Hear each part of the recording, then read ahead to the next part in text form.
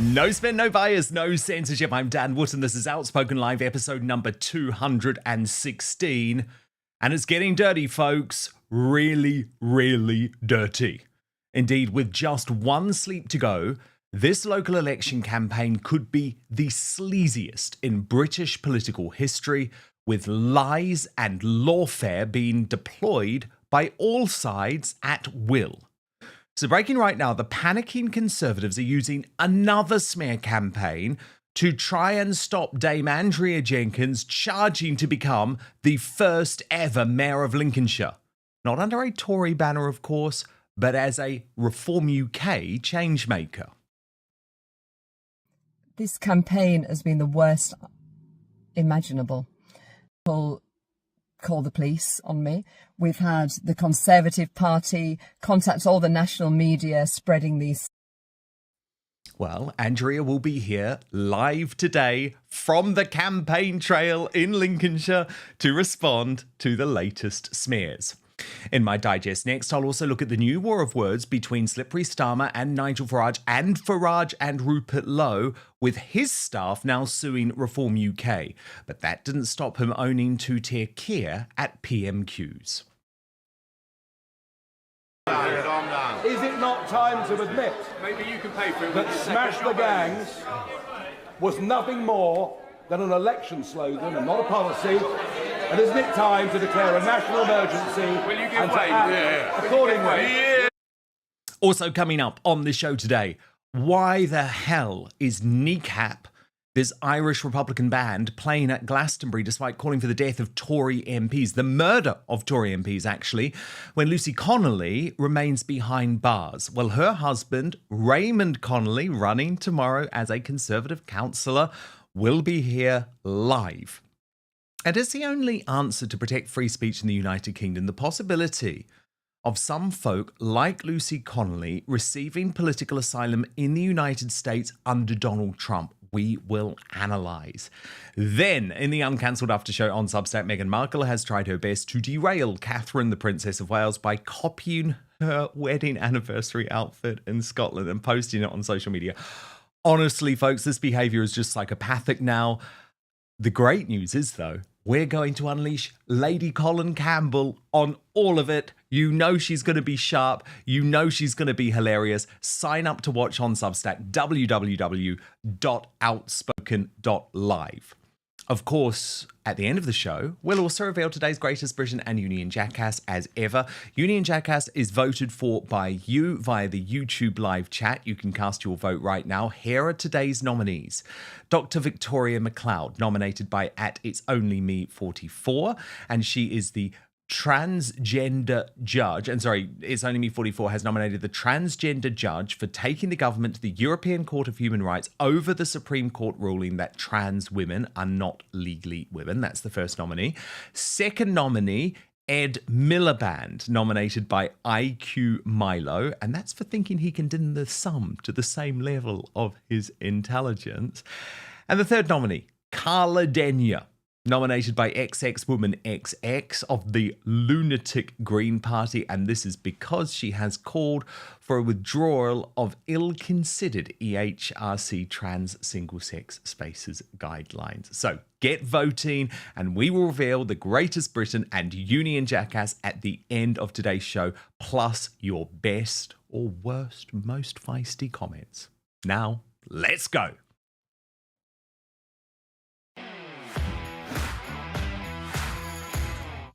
It's been the dirtiest election campaign of lawfare in British history, as the Uni Party fight to wipe out Reform UK, while Nigel Farage's party remains locked in a civil war, meaning they're actually taking incoming from the left and the right. And here's the good reason, although I don't think it's excusable, but here is why Labour and the Conservatives are going to such extreme and in some cases unprecedented and legally questionable lengths to stop the march of reform. Look how close it is. In Runcorn and Halsby, one of Slippery Starmer's previously safest seats, which has prompted even diehard Tories like Michael Fabricant Hare calling for tactical voting for Reform UK to win.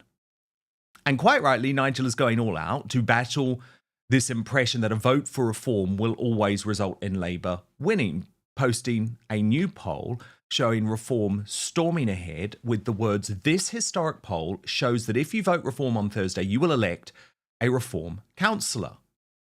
And seriously, like, when it comes to Runcorn and Helsby, you are mad if you vote for the Labour candidate. I want to show you Karen Shaw now. This woman is an absolute mess. Over the weekend we saw that the government had announced the closing down of the asylum hotel locally. Do you think there's a recognition that reform are snapping at your heels in the local area? I think, and I've said this before, that closing down the asylum hotels was something that was in the manifesto last year at the general election. It's just not something that is much talked about.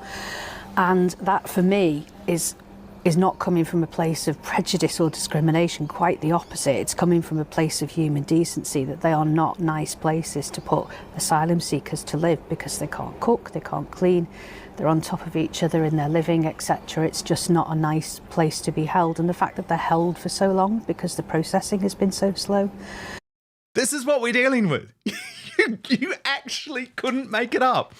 The Labour candidate in Runcorn and Helsby saying that 4-star hotels for illegals are not good enough because they can't cook.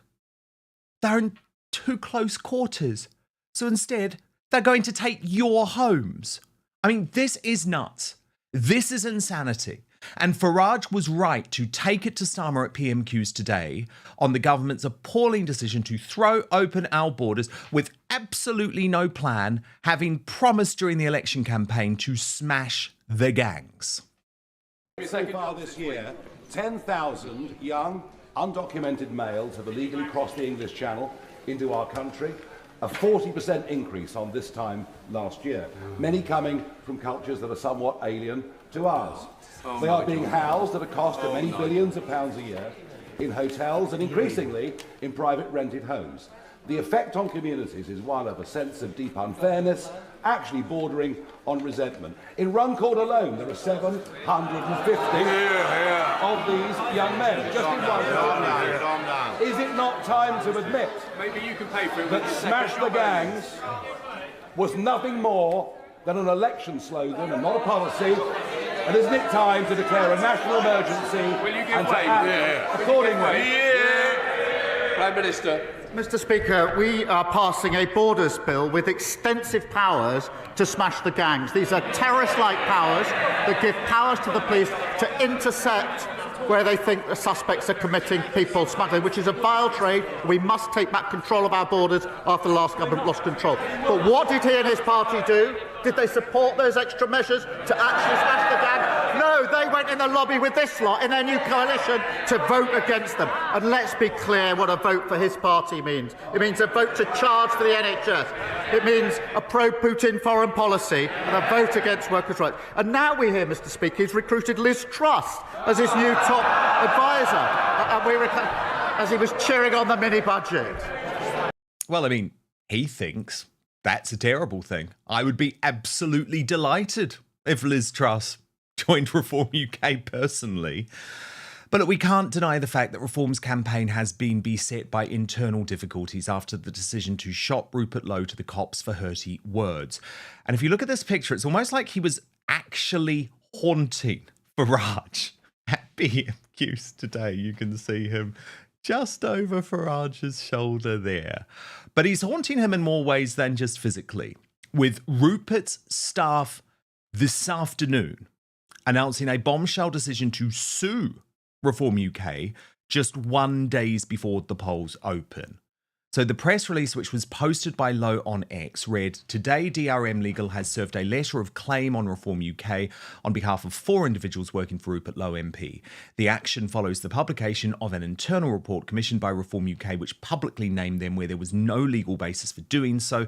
Our clients wish to make clear that they strenuously deny the allegations made against them in the report and feel compelled to make this statement to correct the public record." And in a damning column for the Daily Telegraph, Rupert Lowe called on voters to turn against reform, saying that raising and then dashing the hopes of the British people would be simply unforgivable.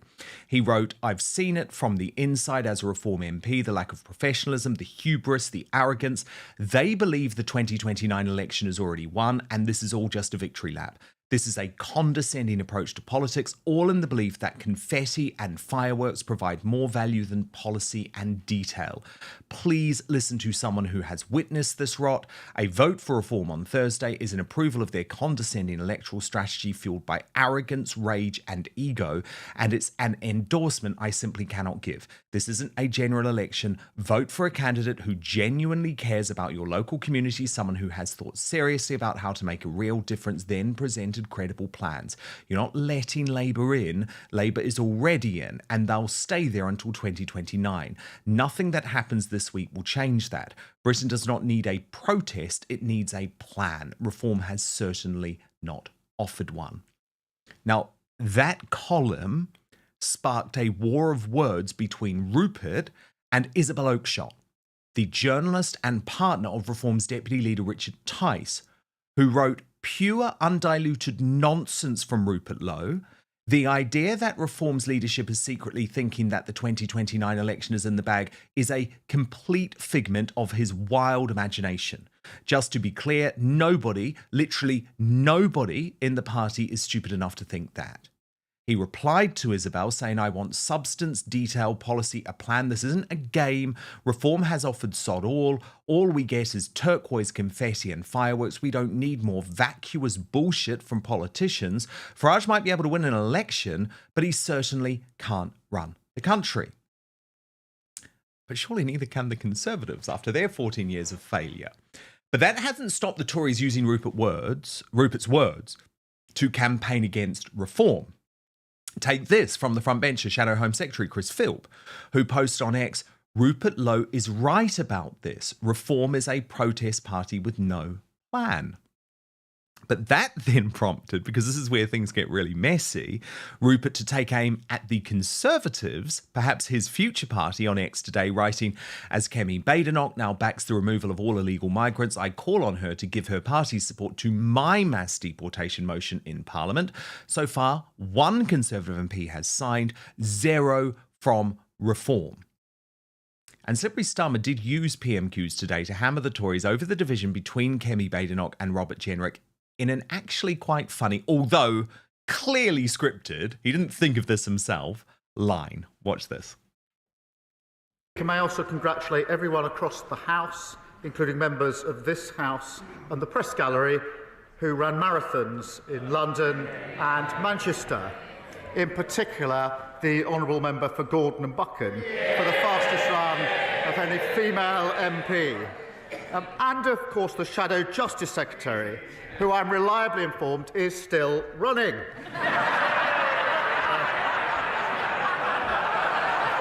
Mr. Speaker, this morning I had meetings with ministerial colleagues and others. In addition to my duties in this House, I shall have further such meetings later today. And he is still running. And he should still be running, because what I want is the Overton window to shift. But none of that excuses the despicable tactics, including lawfare, being used by the Tories to shut out reform stars like Andrea Jenkyns, who's on the campaign trail today and will join me live shortly. Now, Andrea has described herself as a smear campaign survivor. And she has outlined the way the Tories are trying to destroy her, stop her unfairly, becoming the first ever Lincolnshire mayor.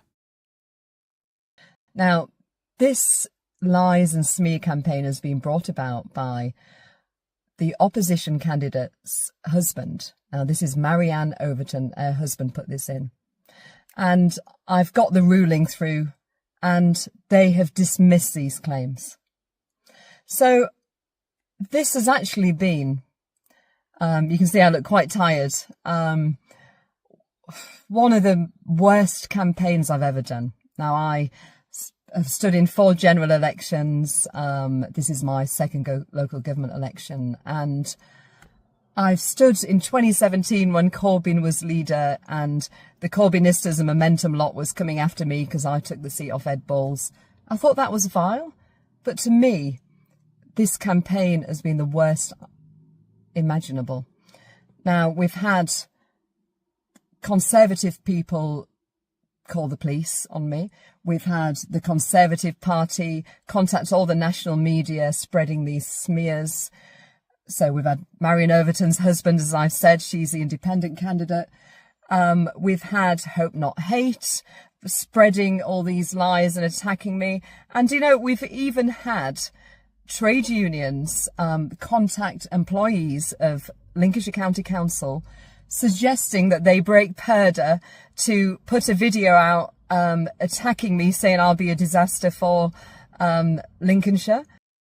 And of course, there has been no fair coverage from the MSM when it comes to reform.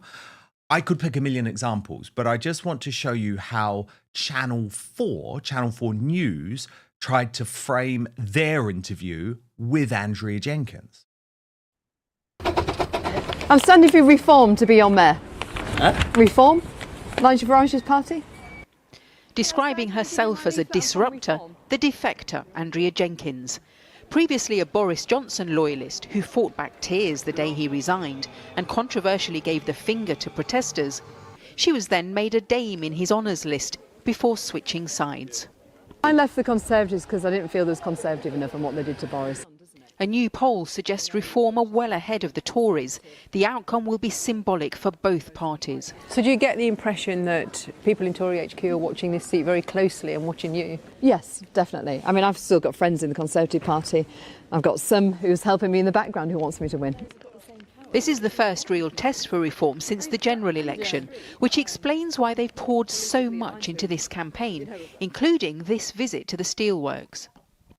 So we're in the plant at Scunthorpe. Because, I mean, here you've got pictures of you and Nigel Farage. I mean, you're the party that believes in free markets, deregulation, and suddenly you're calling for nationalisation. Said, look, I've wrestled with this. As someone who was a Conservative for so long, it's not natural looking at nationalisation. Your opponents have said you're an opportunist. No, of course it's not, no. And did you notice they edited out how Andrea justified the decision, which says it all. And today, with just 1 day before the polls closing, CCHQ, which is Beacon's, working with the Establishment Times newspaper to launch a news smear on Reform UK. And Andrea Jenkyns, writing, CCHQ is demanding Reform launches an investigation over a Times report alleging Aaron Banks, Farage's minted pal, who's running for the meaningless job of the West of England mayoralty, offered Jenkyns £80,000 to defect to the party. They say their reporter Tom Witherow has seen a WhatsApp from Jenkyns to a colleague in which she alleges Banks tried to bribe me. And then they quote a Conservative Party source saying, once again, there are serious questions hanging over Reform. With one of their MPs being a convicted criminal, the party still consumed by warfare and now a bribery scandal engulfing two of their most high-profile candidates. It is clear this is a house of cards ready to come crashing down. It's not a serious political party. But to respond to those news smears live, I'm delighted that Dame Andrea Jenkyns is here.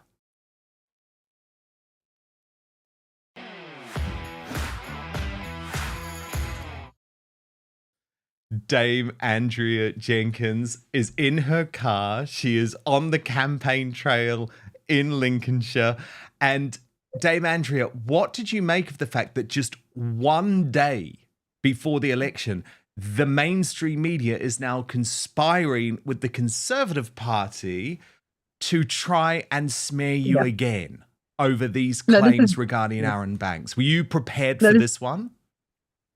No, I mean, there's been several national media campaigns against me, actually. You know, the Daily Mail has done 3 articles about me. I mean, one of them was actually just me opening Coca-Cola, a solar farm, which was on brownfield site, a disused mine shaft, and they was trying to make out that I'm a hypocrite because I don't want solar farms on our fields and agricultural land. I mean, there's a bit difference between brownfield, isn't there, and something like this. So it's been going on for several weeks, Dan, but it's even been a local level. Now, I got a message yesterday from a good friend in Boston And he tells me on the WhatsApp that the Boston Conservatives have been going around this last week saying I slept with Boris Johnson to get my damehood. I mean, isn't that vile? Boris and Carrie are good friends of mine. I got a message yesterday about that. So sorry, the Boston Conservatives have been going around. If you remember, I used to be a Boston councillor, Lincolnshire County councillor. I got a message from a good friend of mine and who told me, Andrea, they're trying to smear you locally. The Conservatives are going around saying that you slept with Boris Johnson to get your damehood. I mean, how vile and disgusting and misogynistic is that? Boris and Carrie are good friends, and I supported both of them as much as I could because they're friends, and I believed in him as a prime minister. Well, it's also incredibly sexist as well, isn't it, Andrea? Yeah, because that absolutely. isn't an attack that they would make on a male candidate. But wow, I mean, this is so much dirtier than even the mainstream media are reporting. No, exactly, Dan. And I mean, as you know, we know each other very well. We're friends. I'm a strong person, but it's been a hellish few weeks. I've shed tears. I haven't slept much. And I've got on good authority. It was the Conservatives who called the police on me, saying I broke electoral law, which I haven't. As I said, Marion Overton, the independent candidate's husband, put a complaint into the council about me, saying I'm not eligible to stand. So a hearing had to take place. I had to get a barrister to defend me, show proof that I'm, paying rent and living in Lincolnshire.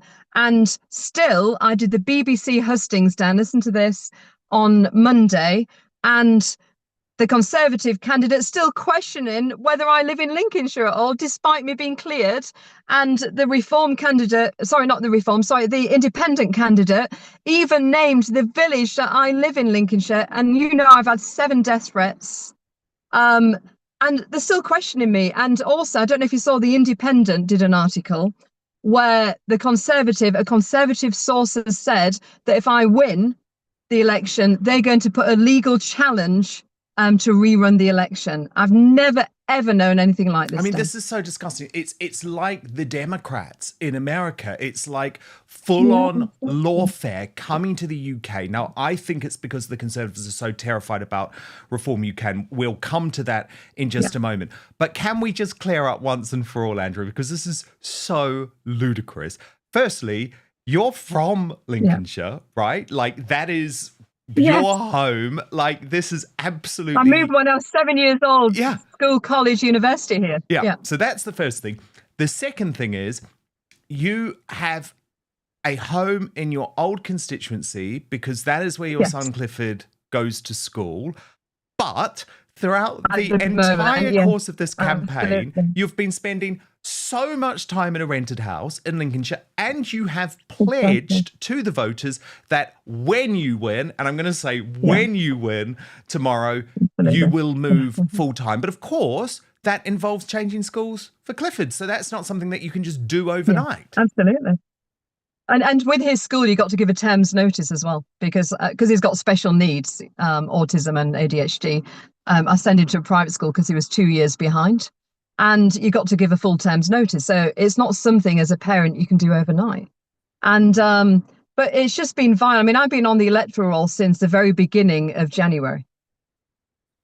And the thing is, Andrea, actually, there is not even a hint that this is in some way against any rules. No. Well, it got thrown out by the council. And the police didn't investigate it further. They said they had no evidence. So it's just been a smear campaign. I mean, but I've also, sorry, you go. I've also, do you know what's been quite shocking? I mean, one of my friends, I won't mention her live on air, but a friend of 17 years who my understanding from my source within the Tory parties, she's helping lead this smear campaign. And, I found out a few days ago when a friend sent me their Twitter account that she's had a Twitter account for 2 years trolling me, even coming to my damehood celebrations, calling me Dame Dimwit Jenkins. So this is a friend of 17 years who who's even turned. It's just been a crazy campaign. But do you know something, Dan? It demonstrates that, I believe that, you've been through a tough time, you've come out shining and you're having your best life yet. But you find that in times like this, who your real friends are. And I'm glad this happened because, I never want to, deal with these people again, these toxic people, because while they're fighting among themselves, I'm fighting for the people of Lincolnshire to get their voice heard. That's what matters. And do you think, Andrea, I'm trying to work out why they've gone so personal with you. Yeah. Do you think it's because they feel a deep sense of betrayal about the fact that you were previously a Conservative? Or is it because you're out ahead in the polls and they are simply throwing everything at this? Because this will be you will be a reform candidate. Sorry, you will be a reform representative in power, which is a very different thing. Because you are going to be able to prove in this job that you can run things more efficiently, more effectively, cheaper than what the Conservatives did. I think it's three elements, actually, Dan. The first one is because I think it's like a turf war, because they've had this area Conservatives for so long. Lincolnshire's been a Conservative heartland. So that's number one. Number two, they actually fixed the devolution dealer. The three Conservative council leaders in Lincolnshire, they have formed a deal with the government, which you don't have the same powers as Andy Burnham, the Mayor of West Midlands, all these others. You're actually a glorified committee chairman. The council leader has more power. So they've tried to stitch it up to hang on to power. So Lincolnshire is a poor relation, Dan, because they wanted between them the council leader of North Lincolnshire to become the mayor, while the council leader of Lincolnshire County Council is a council leader with the most power. So they're fixing that up. And then the third thing is, because we're ahead in the polls, they clearly are trying to damage me. And they don't want to form a Tory to succeed in reform, because they're probably frightened that more will come over, Dan. Well, indeed, that is absolutely a fear. Then, Andrea, though, you have to admit it has been far from a straightforward campaign for reform, with some of the issues you guys are dealing with self-inflicted. And specifically, I refer to the Rupert Lowe situation. He's been shot to the cops for hurty words, essentially. How bad was that in terms? Because obviously, I imagine you have quite a lot of respect for Rupert Lowe and also a lot of respect for the leadership. A lot of respect for anybody, Dan, who speaks out and says, but I do not recognise what he's saying about reform. Clearly, I personally think he could have waited until after the local elections because he's hurting people who he's worked with, really.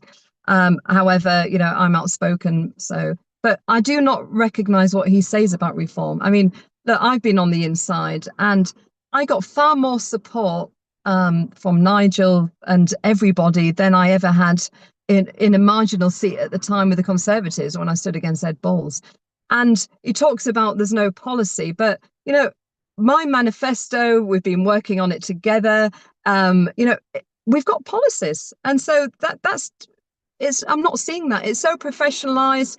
I think they're more of a professional outfit than Conservative HQ. I remember in 2017, Dan, the media department, social media department of HQ put a social media post out without telling me, saying Andrea Jenkyns, a strong candidate for Yeovil. I was nowhere near Yeovil. It's the other end of the country. So, but reform, as I found them to be so professional, and I've seen democracy within the party, because even at council candidates level, they have got a stringent vetting. We had the Tory councillor who I know wanted to defect, but he didn't pass the vetting, because I think they need quite a strong vetting process, because all eyes are watching them. But then these CVs, etc., go to the branch chairman and they do a formal interview process. I had to go to a formal interview process twice with other candidates as well. So look, is outspoken Rupert, I don't knock anybody who's outspoken, but I do not recognise what he's saying from what I've experienced.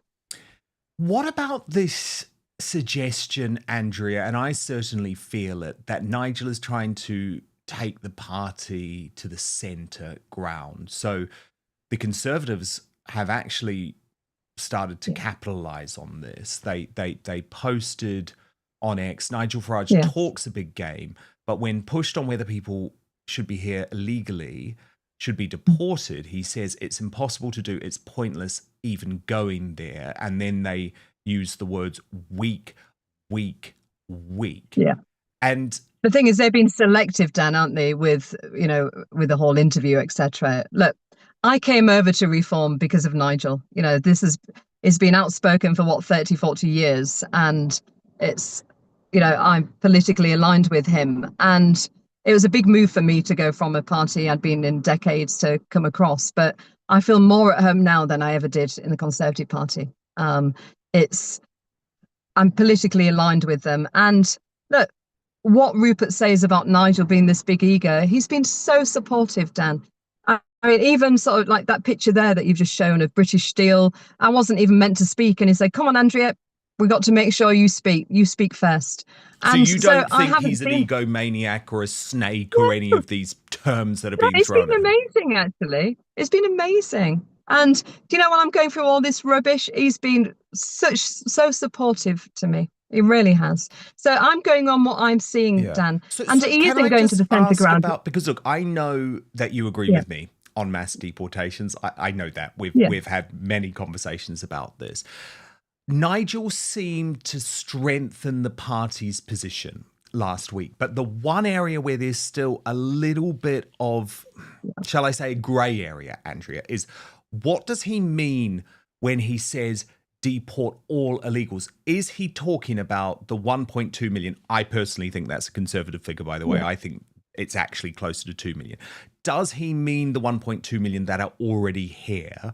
Or is he just talking about people who arrive illegally once Reform is in power? Because that's a big difference, right? Because my definition of mass deportations is the 2 million who are here illegally have to go. That's what Donald Trump believes mass deportations to me. Look, all I can go by is, and he's serious about solving this crisis, and it is a crisis. I mean, we hear the word crisis bandied about by Labour when something's not a crisis, don't we? But this is a crisis on our country. It affects every fibre of the country. Now, I know he's serious, but what I'd say to Rupert and all these other people is, look, we've got to deport people who shouldn't be here. And I mean, look, I tweeted a few weeks ago, if tents are good enough in France, why are tents not good enough here instead of hotels until we find a way to deport them? But the issue is, we need a government needs a solid plan. How are you? They won't even show the passports. How do you find out where they come from? What country is going to take them? So, on paper, fantastic, deport everyone, but it's a solid plan behind it, which is going to be important. And it's the extra aspect of coming out of the ECHR so we don't get sued to do it. Now, we are working on a solid plan to solve all these issues. I can't say any more at the moment because it's going to be a solid plan. We're working on it at the moment because there's too many hoops to jump through, as we saw with the Rwanda bill, with the Conservatives as well. All the lefty lawyers are going to jump on this. It's got to be bomb-proof. Yeah, and I mean, that post on X, Andrea, you could not be any more clear. You say we should stop putting illegal migrants in hotels. It should be tents, then send them back to France. We need to make it uncomfortable. So that is a strong position. And clearly the party had no problem with you putting forward that position. No, not whatsoever. No, I mean, I've had conversations about this, but the key thing for Reform is we are working in the background on the policy to make sure we overcome these challenges, because we've seen it. The lefty lawyers are going to jump on this. It's got to be bomb-proof. So no, I'm very confident. I mean, look, I'm outspoken, Dan, just like yourself. I'm on the perfect show for it. I love that word. I love that word. And I've always spoke out against sort of my parties, haven't I, and my leaders, etc. But I know Nigel and Reform's solid on this. That's why I came across. That's why I'm. Well, that's what I need to know. Can I just show you Nigel on BBC Breakfast yesterday and get your response? Labour have been pushing as your line of candidates being failed Tories? Well, what a load of rubbish. I mean, I think what the Labour Party found was about 2.5% of our candidates had formerly been Conservative councillors. We also got former Lib Dem councillors and former Labour councillors too. No, we are not left, we are not right, we are common sense, we're standing up for British values. We feel that, well, both local government and national government is broken in Britain and people want a fresh, new voice. And I've never seen a government like this Labour government lose popularity so quickly. See, Andrea, you know I'm a supporter of Nigel too, and I have been close to him for many years. We spent 3 years working at GB News together. I'm not one of these people where there's any personal issues with Nigel, right, at all. Yeah. My concern, Andrea, is that I actually want a right-wing party. You know, I don't view being on the right as a dirty word. To tell you what I think he means by that? Yeah. Do you know what I think it means by that? Look, I mean, what I found amazing, sorry, this phone's at different angles, isn't it? What I found amazing about reform actually being on the doorstep, the ability to pull from Conservative and Labour. I mean, it reminds me a little bit in 2019 after the referendum when we couldn't get Brexit through Parliament and Boris came along and people was coming then to vote for the Conservatives to get Brexit from both parties. And I feel it's like this with reform, actually, because we've seen the shenanigans in Parliament and we are pulling from both. But what we're pulling, we're not pulling these Starmerites, the Westminster elite central London type. What we are pulling is like Thatcher pulled. You know, Thatcher pulled these who believe in the country, they believe in our armed forces, they want the best for Britain, and they believe in fairness and they want strong crime and policing. It's those kind of things that Thatcher tapped into, and I believe that Reform are tapping into too, because really we are patriots who want the best for our country. We're sick of this woke nonsense. We're sick of the silencing of free speech. We're sick of two-tier policing. And that's the people who's coming over. And, you know, I'm fine with that. Absolutely. And Andrea, you know, I am not one of those people on the right who are saying, oh, we can't vote for Reform UK. I think absolutely it is essential that a big message is sent to the establishment, especially, by the way, if you have a candidate like Andrea Jenkyns, who I know will put everything into being the greatest mayor for Lincolnshire. And oh my goodness, I really, really hope. I mean, look, the polls are positive, Andrea, but I guess presumably your final message to voters is take nothing for granted and get out there tomorrow.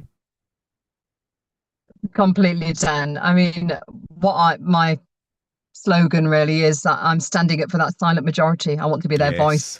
Well, I actually call them the that door down and unleashes common sense in Lincolnshire. Yeah, I call them the silenced majority. Dan, if I get in, will you come up on Tuesday to the where the candidate officially becomes mayor? Oh, I would love to. Maybe we could do the show from there. The show from Lincolnshire would be great. Absolutely. Well, look, good luck, Andrea. I've got everything crossed for you. I know you've put everything into this, and thank you for spelling out just how dirty this campaign has got. Because for me, I think that's the thing that has been missing from a lot of the mainstream media coverage, because they're just so desperate to paint reform in a bad light at any cost, which means they're not actually looking into some of these despicable smear campaigns. And what's very interesting to me is I'm like, the lawfare that we've seen in the United States of America over the past decade is now here in the United Kingdom. That's pretty terrifying, actually, and you've got to fight back against it. But Andrea, good luck on your last day of campaigning, and we will speak after the result. Come back on Friday, actually, if you win. That will be great. Will do. Take care. Thank you. And by the way, I do just have to stress, Andrea's car is stationary right now, just in case anyone was wondering. She's not driving. She's stationary. It's totally safe, but she's going to get back onto the campaign trail now. Andrea Jenkyns, Dame Andrea Jenkyns, the Reform UK candidate for the Lincolnshire mayoralty. Thank you so much.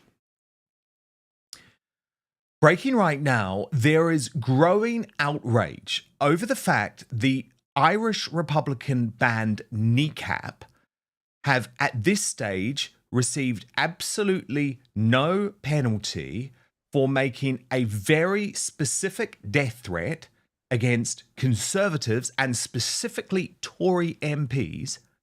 Remember, we have seen the assassination in terrorist attacks of the Conservative MP David Amess. This is a very, very serious thing when the UK has a number of political prisoners.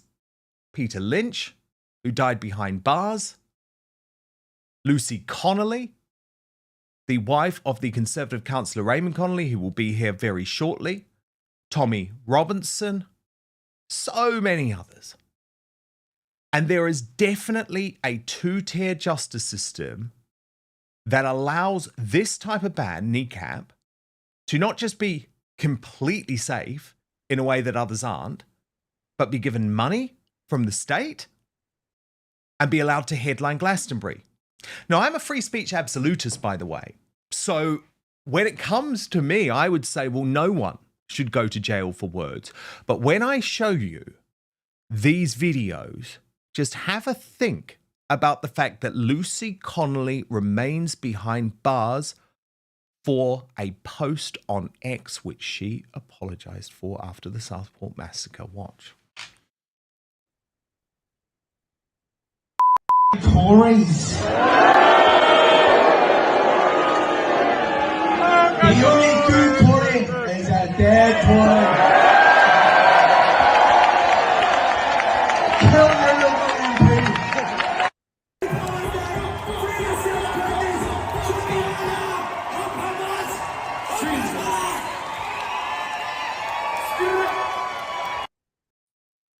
Now, as Alex Armstrong posted in response to the BBC News reporting that Kneecap apologised to families of two murdered MPs, the others being the Labour MP Joe Cox, as Alex Armstrong wrote, Lucy Connolly apologised too, but she's still in prison.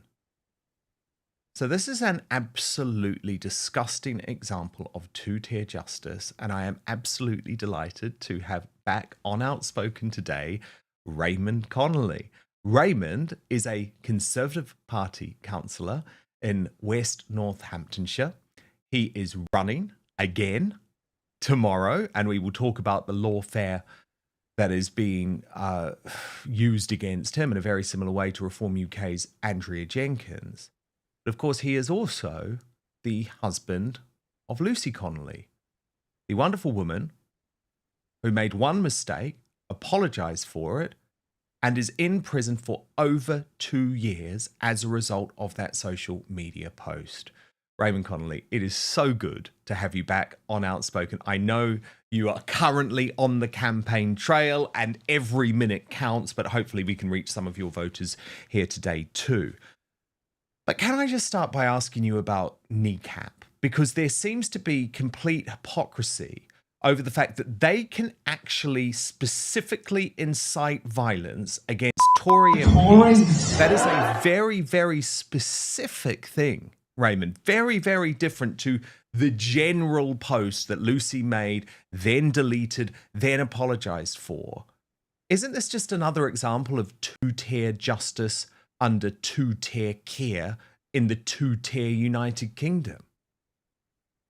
Yeah, well, I was a bit surprised to hear them saying that, but I kind of think to myself, I know what these rock bands are like, and they do say these things quite controversially, but I just think at this moment in time, it's a bit tough for me to take. I listen to it, I watch the demonstrations on the TV, I listen to these people.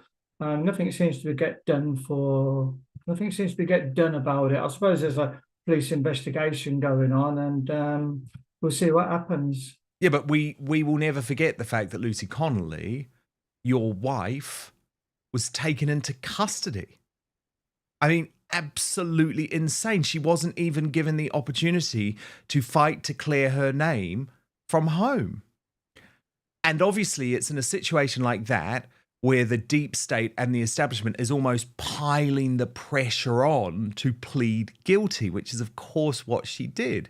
Kneecap are absolutely free to do whatever they want and to take this PR advice, which is to apologise and say, oh, no, we never said what we said, even though we can all see what they said.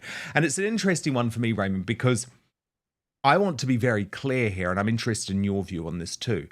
I'm actually not saying Kneecap should be in jail. Like, I don't think they should. I think they're idiots.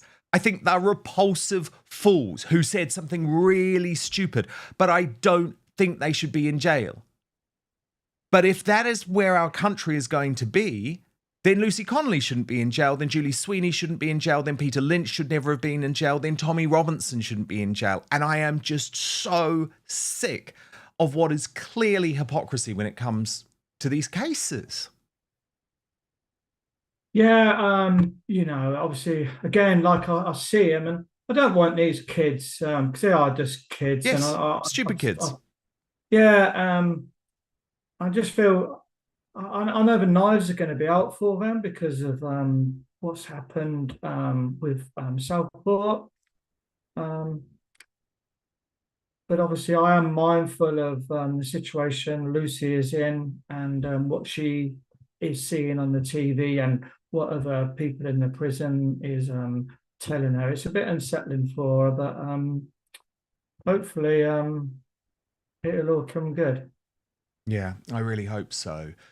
Now, Raymond, you are campaigning to continue as a very, very popular Conservative Party councillor in North West Hamptonshire. But of course, you have been subjected to serious lawfare. And this lawfare, what I find particularly despicable about it, has nothing to do with you. It is all connected to your wife. And what it feels like to me, Raymond, is that those in opposition, and we've seen the same thing happen with Andrea Jenkyns. I know she's not in your party now. She's in the Reform UK party, but it's a similar thing. What we're seeing is the opposition using code of conduct complaints as a campaigning mechanism to discredit candidates. And these sorts of complaints can be devastating to the recipient because they can take so much time, so much money, so much energy to deal with when you want to be campaigning. They can be used by the mainstream media to try and smear the name of someone like you, someone like Andrea Jenkyns. They are another example of officers, I think, completely running amok. Now, you're not a career politician in any way, are you? You are an ordinary guy who wants to make the area that you live in free of rubbish, free of fly tipping. You often help people out. Yet this code of conduct complaint against you is still under investigation by West Northamptonshire, who are, and people are going to be shocked by this, Raymond, who are using taxpayers' money, ratepayers' money, to channel money to some sort of swanky, no doubt very, very expensive London law firm to investigate you. So can you just clarify what is going on with this investigation? Are you still under investigation simply because of the comments you made about your wife? Yeah, obviously I'm still under investigation. There was letters of complaint, anonymous, a lot of them were. The first I came across where I felt I will say the Labour Party was the MP for Northamptonshire. I was on the train back from Birmingham. Lucy had just been sentenced, and I was thinking, oh my God, how am I going to tell my daughter about all this? Obviously, she would think she's coming home. And then I get a phone call from a journalist. I mean, this is half an hour after sentencing. I'm saying would I want to respond to the Labour MP telling me to be removed from politics? So it pretty much gave me a bit of more determination to make sure I was going to try and take these people on. But yeah, I've got. But Raymond, sorry to interrupt, but this is simply because you defended your wife. No other reason, nothing to do with your conduct as a councillor or any claims that you've misused money. It's nothing like that. It is simply because you defended the love of your life, your wife. Yeah, I'm always going to support my family, and especially the mother of my children, always. As you should. I just thought about it. I thought, and I know it. I look at Keir Starmer, he threw his own son under the bus to try and dodge out of staying in somebody's house. But that's not me. But I will support Lucy because I do believe in her. And you should. And obviously, millions of people now believe in her, and I will get to that shortly. But it's very difficult, the fact that you are trying to deal with the situation involving your wife, deal with effectively being a single parent at the moment, and trying to hold on to your seat with this lawfare going on. Have you been able to campaign, and what sort of response are you getting from your constituents in West Northamptonshire? It is quite positive, actually. I've got quite a lot of support. Whether it's enough to get me over the line, I don't know. I know in my area we have quite some tough candidates, and they're not going to be easily sidelined. They are strong, and hopefully I can beat them. I'm looking forward to a challenge. I've been working really hard to try and get the better of these people, and hopefully in the next few days we'll find out whether I've managed to do that. But I've always tried to do my best, especially with the support I have from people saying, do not resign, Raymond, you just carry on all the time. Yes, because that is what they wanted. That is what they wanted. And this is what the lawfare is designed to do. It's designed to make your life unbearable and for them to take you out of the game. What sort of response have you had from the people, from the voters, Raymond, in terms of Lucy? Has anyone been critical, or is there overwhelming support, which is what I'm very much picking up now online? People will support me because of the work I do, because of the commitment I have to the area. They're not fooled by, like we've had groups of councillors turning up into neighbourhoods like they've been there working all their lives, but they've been getting quickly annihilated on social media for putting these posts on. Indeed. Now, look, there has also been a big development in regards to Donald Trump and potential political asylum for those battling free speech in the UK. I want to ask you about this, Raymond Connolly, in just 1 minute. So please stand by. Don't go anywhere. Much more to come. Plus, we will be revealing today's Greatest Britain and Union Jackass. Stay tuned. Get your final votes in right now if you are watching live on YouTube. But first, the reason you're watching this show is that it's becoming increasingly difficult. I mean, look at everything we've been talking about. To trust mainstream media or the so-called fact checkers who claim to determine which facts are true. And for good reason, given the ongoing debates over free speech, the controversy surrounding Brexit, and how Trump and other anti-establishment politicians are portrayed. But I have the solution for you today. It's called Ground News, and it's the best way to stay informed and cut through media bias and manipulative narratives so you can get the facts for yourself. It's been a game changer for a news junkie like me. See for yourself at ground.news/outspoken. But I want to show you this incredible website and app in action. So let's take the recent landmark decision by the UK Supreme Court that ruled that women can only be biological adult human females, reversing years of trans extremism. And you can see clearly in one place that over 350 sources around the world are covering this story.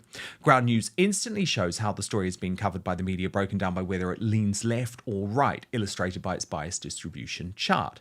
If you scroll down, you can see every headline about the story, along with the political bias and ownership of the publication. So we can see quite clearly for ourselves that on the right, the Daily Wire covered the case very accurately with the headline. I love this headline, actually. UK Supreme Court rules trans-identifying men are not women.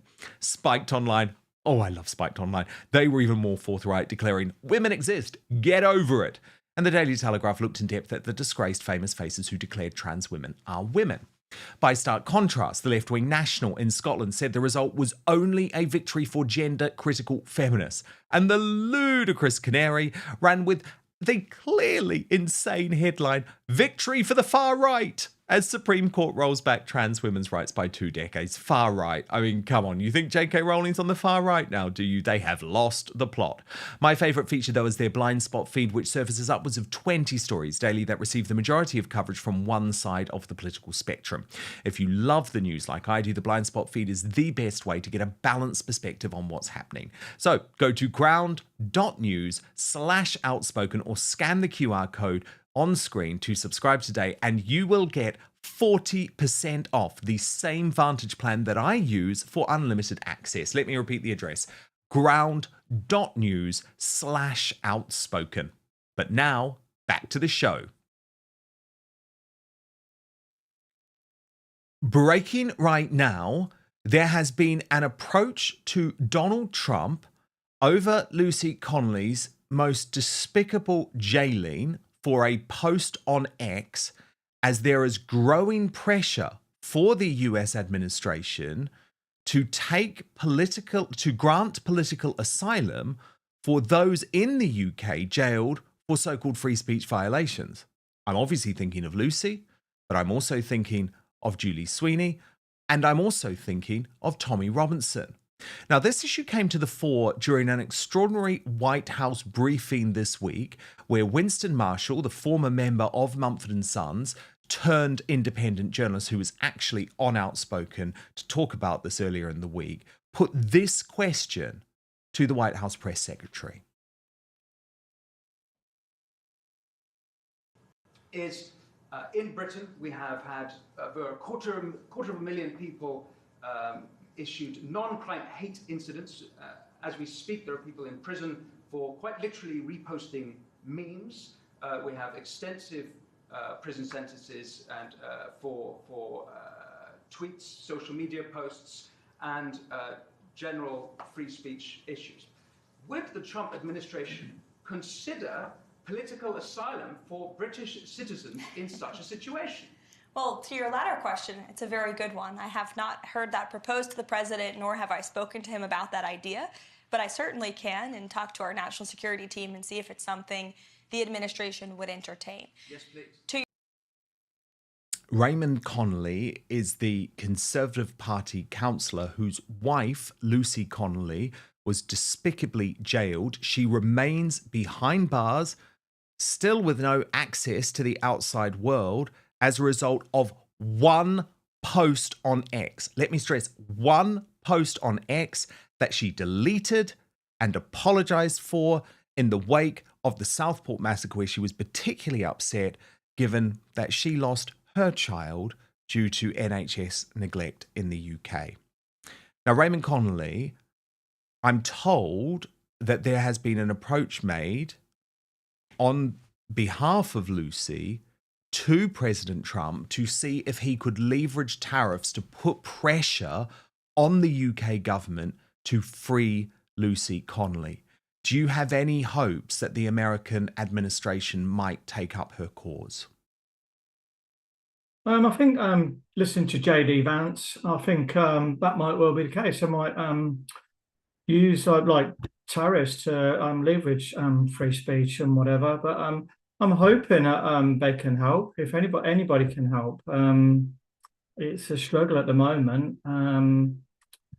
Any help is good. That's all I can say. And do you know whether, what would be, if you could give a message to the US administration, to Donald Trump, to JD Vance, specifically about Lucy Connolly's situation, what would it be, Raymond? I'd just like them to put pressure on the British government to relax this free speech and maybe do a trade tariff deal as well at the same time. I'd certainly be taking that on board if I was Keir Starmer. I know, because I would argue, given your wife is behind bars, I would argue, Raymond, that Keir Starmer was point blank lying when he told JD Vance in the Oval Office. Do you remember that? JD Vance directly confronted him in regards to free speech. Starmer bristled. He was furious about it and said, oh, we've always had free speech. I mean, as a husband of a woman who is in jail because of one solitary post on X, your wife is a good woman. She is a housewife. She is someone who looked after children, by the way, from across the global spectrum. I mean, the idea that she's in any way racist, as Alison Pearson quite brilliantly pointed out in her wonderful feature on this situation for the Daily Telegraph, is for the birds. How did you feel when Starmer claimed that we have no issues with free speech violations in the UK? Do you agree with me that he was lying to the American Vice President? He seems to be pretty good at that, but I think JD Vance and that team just must have thought, what is he going on about? You know, if you're not, I don't know. I just thought to myself, you've just got to be joking, haven't you, if you're coming out with statements like that to the US teams. Yeah, I really hope Trump takes this on. I really do, because free speech matters on so many levels. And I think when Starmer said what he said, when we can actually speak to someone like you who is dealing at the coalface with the reality, with the brutal reality of what happens when someone is jailed for a post on X, because you know this is something that some conservative commentators say in America. You can actually, or Elon Musk even, Raymond, can say, oh, you can go to jail in the UK for a post on X. People don't believe you, but it's happened to you. It's turned your life upside down.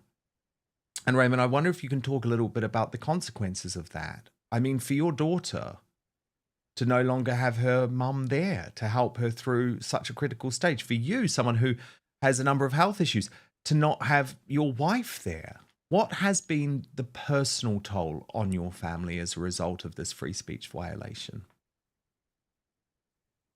It's everything I can.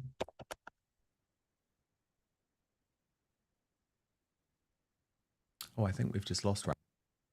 We will try and get him back. But at that point, I think I really should say that the consequence has obviously been absolutely stark.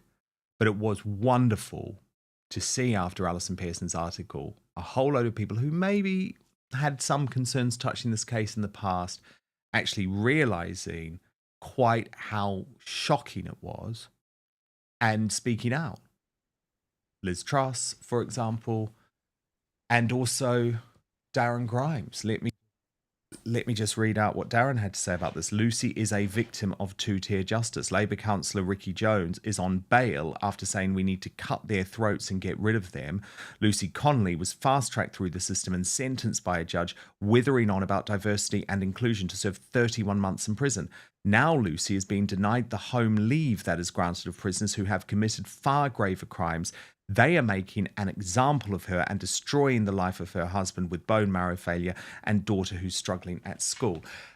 Raymond Connolly, great to have you back. Sorry, we just lost you briefly there. Is it true that Lucy is almost being punished as a result of this brilliant article by Alison Pearson going viral in the Daily Telegraph and putting a whole load of attention back, I guess, on her cause, her case? That's right. I wanted to get this cleared up because I wanted my daughter to look at this in years to come and get the facts in order, not what the press has sensationalised things or the police had missed out a lot of the sentencing and changed it a little bit just to make it more, well, made it more incendiary for Lucy in prison. It did, obviously. She had a few run-ins with comments, but I try to do my best with our daughter. She is, I'll be honest, she is struggling. There's a lot I don't tell her, and I try to keep Lucy in control. If she wants to do something, I say, we have to check with your mum, just that sort of thing. So her mum's not getting a detachment. My concern is that on her release date, they might not let her here. That's what I'm thinking. And I think it is worth, Raymond, just talking about some of that support, that high-level support that Lucy has now received. Kemi Badenoch, leader of the opposition, leader of your party, Raymond, so I imagine this made your heart sore. Having reviewed the background of Lucy Connolly's case, her denial of release on temporary licence appears unjust. ROTL is not a grand privilege, it's a modest allowance for 2 to 3 nights at home per month. Lucy has been unfairly treated, and it's time to acknowledge this. Lawrence Fox, her child was murdered by the state. Her state of mind was murdered by the state. The state took her child from her. The state is your enemy. Free Lucy. Liz Truss, the former Prime Minister. Lucy Connolly should be released immediately and reunited with her family.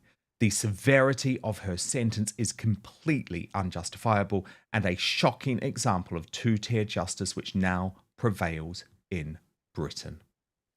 And Richard Tice, the Deputy Leader of Reform UK, Lucy Connolly is the victim of Starmer's two-tier justice. She should be freed. Violent criminals have served less time than her. And Raymond Connolly, good luck in the election tomorrow.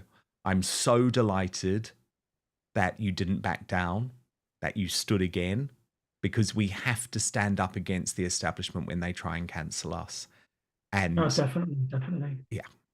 And I really, really hope you do well tomorrow, because you've been a great local councillor, Raymond Connolly. Thank you so much. And I think it is absolutely despicable, and we should be ashamed as Brits, that the only hope we now have is for the President and the Vice President of the United States of America, Donald Trump and J.D. Vance, to come and save us. And don't get me wrong, we do need that. But why are we not raising up? Why are we not rising up, about the fact that you can literally now be jailed in this country for a post on Facebook, for something you say on X, or in the case of Tommy Robinson, because remember, all of this ends up coming back to Tommy Robinson, a film that is a piece of independent journalism that the deep state might disagree with. Free speech is everything. It is completely fundamental to our society. And that is why, even though I find what Kneecap said totally disgraceful, it is clearly a very specific incitement to violence, given they are calling on the death, the killing of Tory MPs. Even though I do feel that, I'm not calling for them to be jailed, but I am calling for Lucy Connolly to be released. I am calling for Julie Sweeney to be released. And most importantly, I am calling for Tommy Robinson to be released. And while those 3 people, I know there are many more, but you know these are the 3 cases that I've spoken about a lot on this show and I'm very passionate about. And while they remain behind bars, there is no justice in the United Kingdom. And that should concern everyone. Oh, thank you so much. I get so passionate about this topic for very obvious reasons, but thank you for your comments throughout the show today. And obviously, a lot of debate over Reform UK. By the way, for anyone who says, oh, you're so anti-reform, Dan. Okay, what was that interview with Andrea Jenkyns about? Come on, I'm not anti-reform. I will give both sides of this argument a platform. That is what I believe independent journalists do. I'm not going to be like GB News and ban Rupert Lowe. How pathetic is that? Anyway, JJ Sassy writes, this is not about people or principles. We need to save our country. Reform are not perfect, but they are all we have got at this moment in time. So JJ sort of along the Katie Hopkins line of things. Leander said we really don't need any Tory career politicians. Yes, Andrea should have left the Tories, but she is still Tory light. We need free radicals like Rupert and those who believe what they say. Genuinely, I know Andrea so well, and she is on the right side of this argument. Trust me, I think there's a lot more that she will say in the future. Tabitha said, I will vote reform, but I will wait and hope for a Christian party in 4 years' time. I don't trust Zia. I certainly don't trust Zia either. And from Ariella, it's Farage with Zia, not reform. That is the problem. Vetting is far too strong. I recognise everything Rupert says. Ariella, I couldn't agree with you anymore. The vetting is ridiculous. The vetting is a scandal. I've called it out, but who else has? None of those independent commentators want to call it out because they're too worried about offending Reform UK. That's not what I'm in the business of. I'm in the business of telling the truth. Okay, Greatest Britain Union Jackass time. A reminder of your nominees. Dr. Victoria McLeod, nominated by It's Only Me 44, the transgender judge for taking the government to the European Court of Human Rights over the Supreme Court ruling that trans women are not legally women. Honestly, I get so confused by this. I have no idea. Is Victoria... anyway, do you know what? Ludicrous. That's all I'm going to say. Actually, that's all I'm going to say on that one. Ed Miliband, nominated by IQ Milo for thinking he can dim the sun to the same level of his intelligence, and that is a result of this absolutely bonkers plan in place. And Kalia Denia, nominated by XX-Woman XX of the lunatic Green Party. She's the leader, of course, and that is because the Green Party has called for withdrawal of ill-considered EHRC trans single-sex spaces guidelines. And we know she is just wrong on absolutely everything. Although, despite that, she only received 4% of your vote. The runner-up is Victoria McLeod because she wants, or the person wants to undo the trans ruling. And the winner, with a whopping 77% of the vote, Ed Miliband. And we all know why. He's the most dangerous man in the country. Greatest Britain time now. I absolutely loved this nomination from Becca Thorne. Princess Catherine and Prince William on their 14th anniversary. They have done so much for the country and the world. They show us every day what real love is and what marriage is about. Congratulations on their wedding anniversary. And actually, oh my goodness, don't go anywhere. Lady Colin Campbell is on standby at www.outspoken.live. That is my Substack. We have so much to unleash her on today, but including this, I'm actually going to call it psychopathic. It's sort of sick. It's sort of psychopathic behavior by Meghan Markle. So you will have seen Catherine went out dressed. There she is in those lovely skinny jeans in Scotland. And lo and behold, overnight, brand new Meghan Markle video on Instagram. There it is, where she is cosplaying Catherine, the Princess of Wales. Psychopathic, sick. But you don't want to hear from me on this. You want to hear from Lady Colin Campbell because it is always informed, sharp, and let's be honest, utterly hilarious. So sign up right now, www.outspoken.live. So at this stage, we come off YouTube and Rumble. We move to Substack to continue the conversation in the uncancelled after show. But we are back live, midday UK time.